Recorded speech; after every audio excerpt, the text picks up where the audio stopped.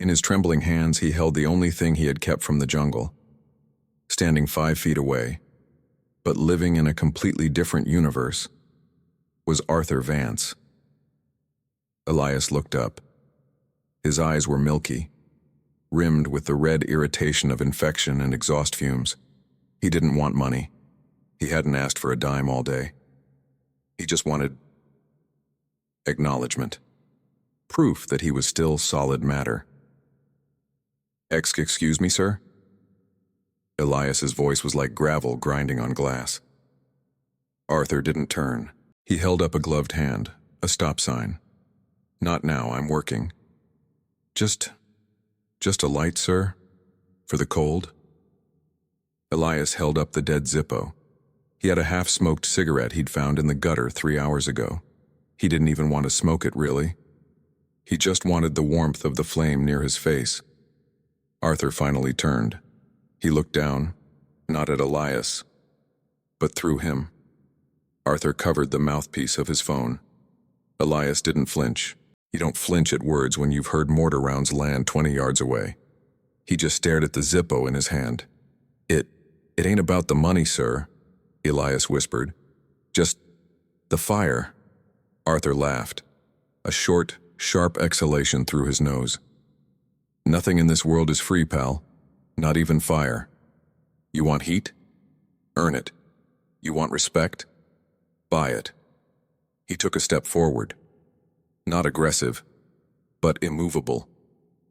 I didn't steal it, Elias said. His voice wasn't gravel anymore. It was steel.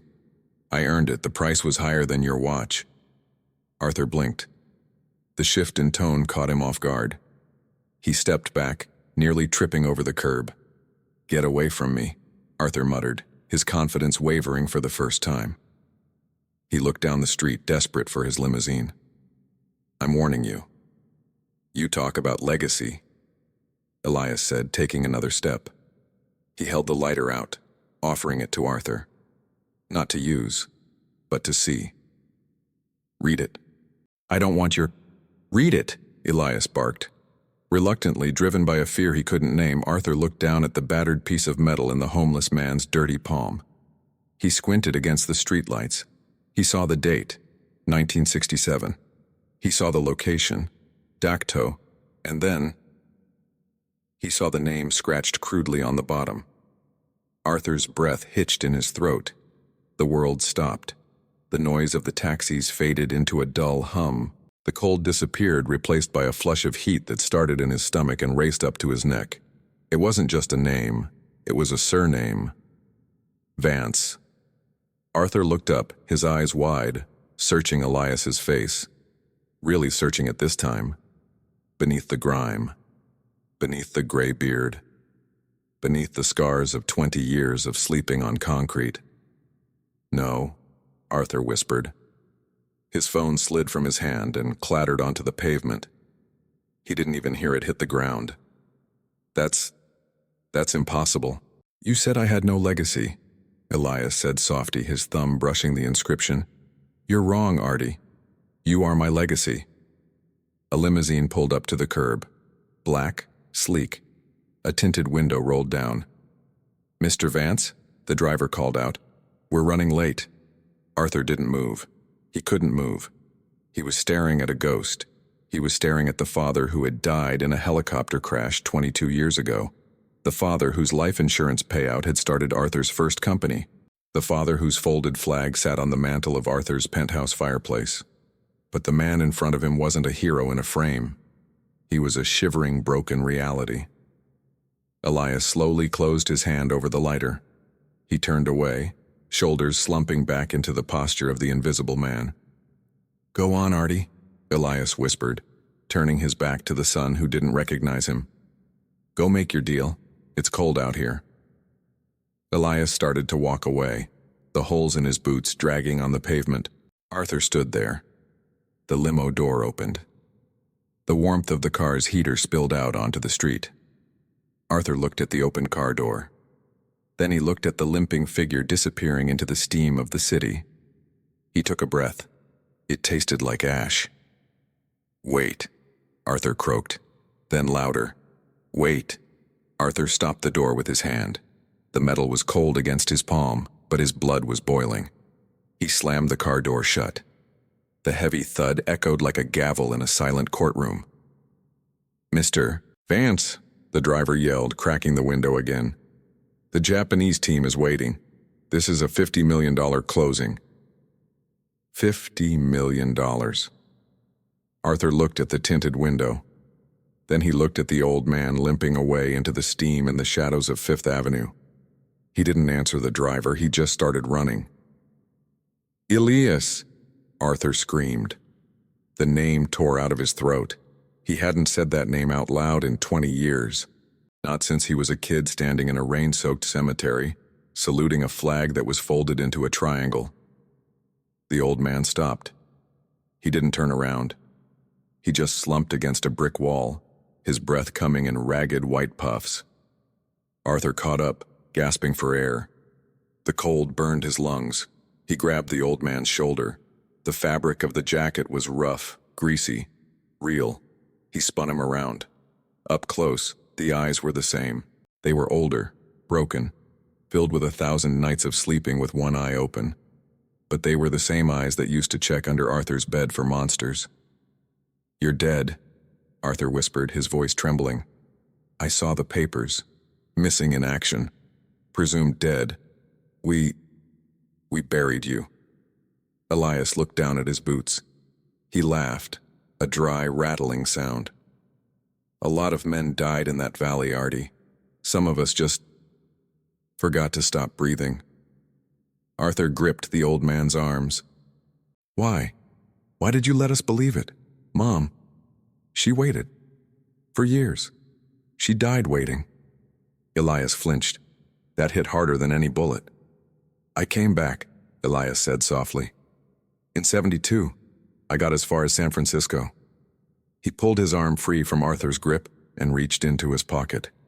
He pulled out the Zippo again. His thumb traced the dent on the side.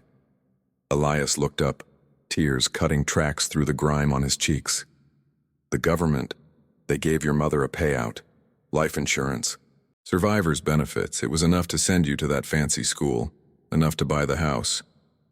He stepped closer to his son. "If I came back, I was just a junkie veteran with a bad leg. I would have drained every cent. I would have dragged you down into the gutter with me. But a dead hero?" Elias smiled sadly. "A dead hero could pay for your future. You didn't abandon us," Arthur whispered. The realization hit him like a physical blow to the stomach. You sacrificed yourself. Twice."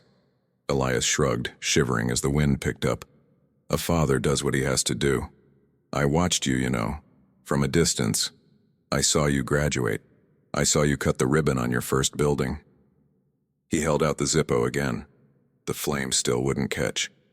"I just wanted to see you up close, one time, before the cold takes me for good." Elias turned to leave again. "You got a meeting, Artie. Go close it. Make it worth it." Arthur stood there. The wind bit through his cashmere coat. Arthur looked at his watch. The Japanese investors. The deal of the lifetime. He reached down and unclasped the gold Rolex. "Give me the lighter," Arthur said. Elias frowned. "What?" "The lighter, Dad. Give it to me." Arthur took the dented steel Zippo. It was cold and heavy. He shoved the gold Rolex into Elias's hand. "Take it," Arthur ordered. "Artie, I can't—" "Take it," Arthur shouted, his voice cracking. "It's waterproof, shockproof, and it's worth enough to get you a room at the plaza for a year. Do not sell it for booze. You keep it, you hold it." Arthur looked at the dead lighter in his own hand. "I don't need a watch to tell me what time it is anymore," Arthur said. "It's time to wake up." He turned to the street. His limo was still idling, the driver watching in confusion. Arthur waved him off. "Go! Get out of here!" "But sir, the deal!" "There is no deal," Arthur roared. "Tell them I quit. Tell them I'm busy." The limo hesitated, then pulled away, disappearing into the traffic. He took off his cashmere coat. "It fits perfectly," Arthur said. He was shivering now, just his suit jacket against the biting wind. But he didn't feel the cold. He felt the fire. He looked down at the Zippo. A small yellow flame erupted from the wick. It danced in the wind, fragile but alive. Arthur cupped his hand around it, protecting it from the city that tried to blow it out. He held it up between them. "You wanted a light?" Arthur asked, tears finally spilling over his cheeks. Elias leaned in. The glow illuminated both their faces, the rich man and the beggar, the father and the son. Elias didn't light a cigarette. He just warmed his hands. "Yeah," Elias whispered. "That's good heat." Arthur didn't look at his building. He looked at his father. "We have a lot of work to do, Dad," Arthur said. "I'm going to get you clean. I'm going to get you home. And then you're going to tell me every single story about this lighter. It's a long story, Artie." "I've got time," Arthur said. He closed the Zippo. Click. "I've got nothing but time." They started walking, not toward the office, not toward the shelter, but toward a diner on the corner. Arthur Vance lost $50 million that day, but he got his name back. Would you have stopped, or would you have gotten in the car? If this story warmed you up from the inside out, hit that subscribe button. We tell the stories the history books leave out, and in the comments below tell me, what is the one thing in your life you would trade everything else to get back? I'll be reading. Until next time, keep the fire lit.